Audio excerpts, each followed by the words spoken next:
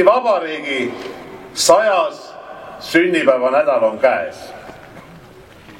ning juubelile kohaselt toimub üle terve Eestimaa palju pidulikke üritusi ning nüüd meenutame tänutundega neid naisi ja mehi, tänu kellele sai silmapilkudest kokku murdeline aeg. Aga ka terves maailmas. Me ei pea oma minevikus elama, aga teame seda alati mäletada. Meie ajalooline kogemus, meie senine töö, soovid ja pidutunde. Me ei unusta oma emade ja isade, oma vanaemade ja vanaisade, oma vaaremade ja vaarisade panust. Anna pulk siia kisati.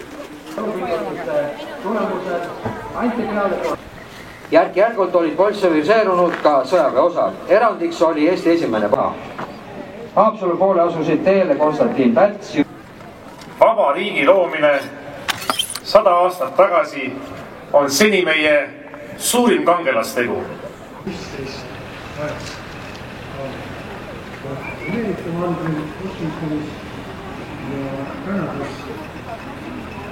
Mõeldes meie sünnipäevale asetatud Eesti Vabariigi 100. juubeli aastapäeva meenutav tahvel ehk teetähis Isa, Poja ja Püha Vaimu nimel.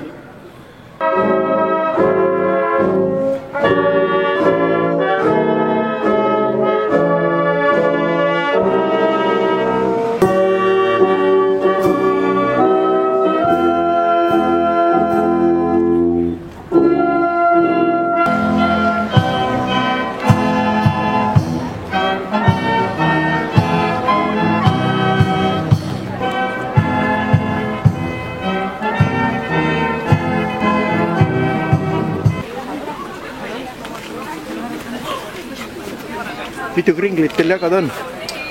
Päris palju, ma ei teagi täpselt. Palun, siis saab teed.